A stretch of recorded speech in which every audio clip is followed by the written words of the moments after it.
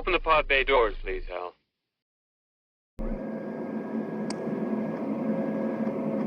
Hello, Hal, do you read me?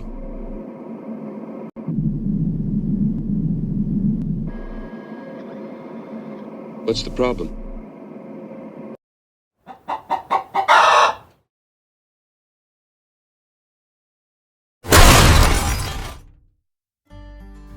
Although we go by Barn Find Aerospace, sometimes it seems like Barn Lost would be a better fit. One of our ongoing projects has been trying to track down all the airplane parts Pop's made and sort them all out. This here is one of the wheel brake pedals.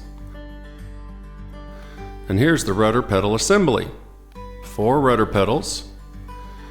And the wheel brake pedals are supposed to go on the rudder pedals like so. But we looked all over the barn and we only found 3 wheel brake pedals. Now, we had to make a choice. We could pick the right or left seat and say whoever's sitting here will get 2 brake pedals and they'll be able to taxi, take off, and land the plane safely.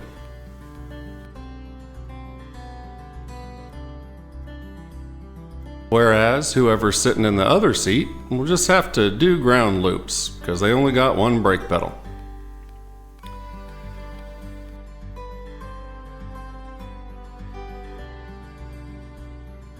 Or we could just go ahead and make another brake pedal. What is it? A couple of straight tubes, a curved tube, and a metal tab.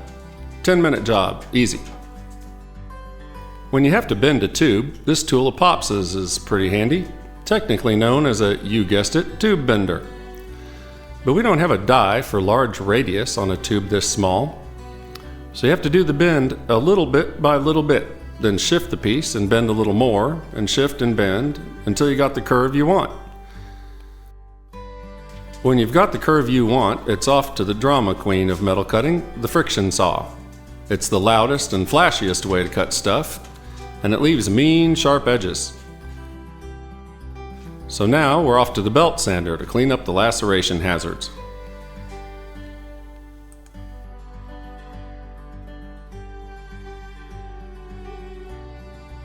Meanwhile, here's mechanical daughter cutting out the tab on the bandsaw. Back to Dad, mitering the curved tube so the little straight tubes will fit in place for a decent weld. It'd be nice to clamp this vise a little tighter, but don't want to crush the tube, so using the vise plus a dad hand to hold the work. Got the big end about right, so now it's repeat for the end with the little tube.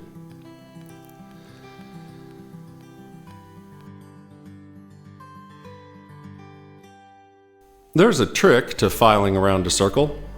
Just learned this a couple weeks ago on the Blondie Hacks YouTube channel, which is worth checking out, by the way. You naturally want to file forwards around a circle, like this. But that makes it get choppy.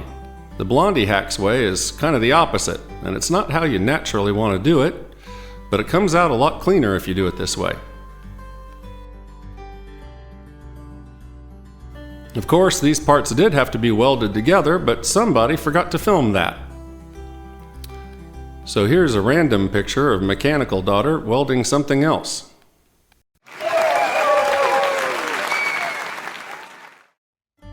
Here at Barn Find Aerospace, we're big fans of Superfast Matt. He has some really good advice about how to get through the ups and downs of a complicated project without getting discouraged. It's been about 5 months, so naturally I'm about halfway through with this 3-month project. In that spirit, we thought we'd put up some videos of Bearhawks that are actually completed and flying.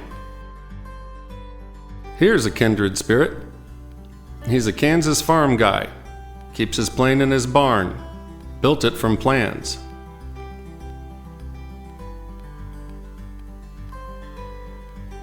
This is the guy who owns the Bearhawk company and sells the kits.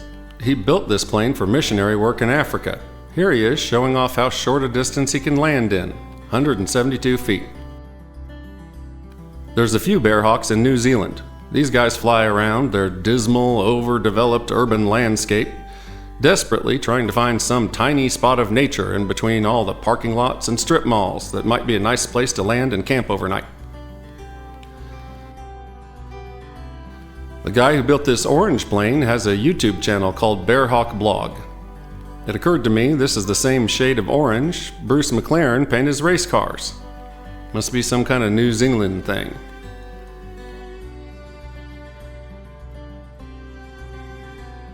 If you need to get out even further away from the strip malls and airports, you can put floats on your Bear Hawk. They say landing in the water can be kind of tricky, at least if you're doing it on purpose. But we do have 2 pilots in the Barn Find family rated for seaplanes.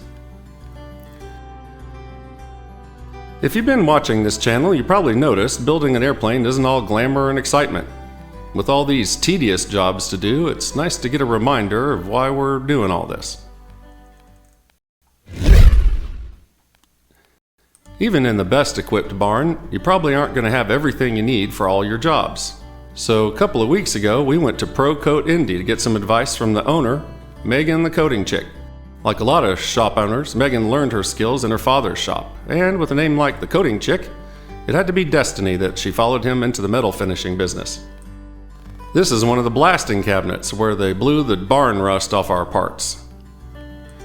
And here's the booth where they use static electricity and a gun that shoots magic pixie dust to coat the parts. Then they go get baked in one of the 3 ovens. This is what Megan calls a small oven. Medium is back over there. And here's the big one.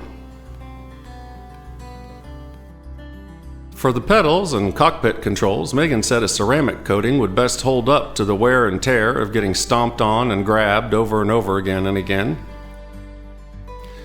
Ceramic is also super thin, so it didn't gum up the parts that have to move against each other.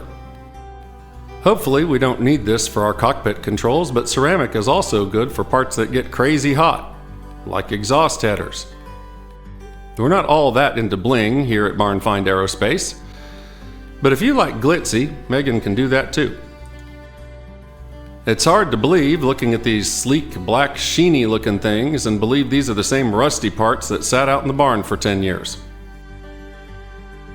For the parts we wanted rust protected but didn't plan on grabbing and stomping too much, we got cadmium plating, the same stuff they put on aircraft grade nuts and bolts. Then we checked them against the plans to make sure we had all the parts we need to put the wings together. When Pops first put the wings together, he used whatever nuts and bolts he had laying around the barn. It's time to replace these with aircraft grade hardware, because they're going to be hard to get to once the wing skins are riveted on. It's pretty straightforward. Take out the old hardware, look up the torque spec, set the torque wrench,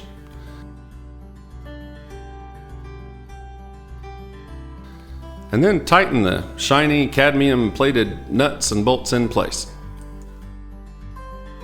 Shooting phosphate primer on a few of the main ribs wouldn't seem like that big a deal, but these are the last 3 ribs, the end of a long process of deburring, dimpling, and priming what seemed like 10,000 rivet holes. So this marks the end of one seemingly endless ordeal. Now we move on to the riveting. We got a rivet set with a rubber ring around the edge, so if we get our angle a little off and the rivet gun starts skittering around, we don't leave a trail of smiley-shaped dents in the metal. Came in handy on the very first rivet of the entire plane.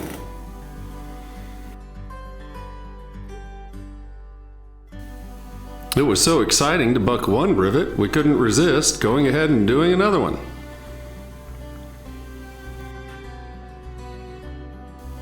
Pretty soon, bucking rivets will become the next tedious, repetitive job that'll seem like it's never going to end.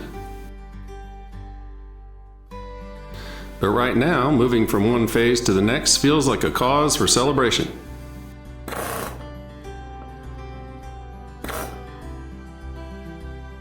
So here they are, the first 2 rivets. Only 9,998 left to go.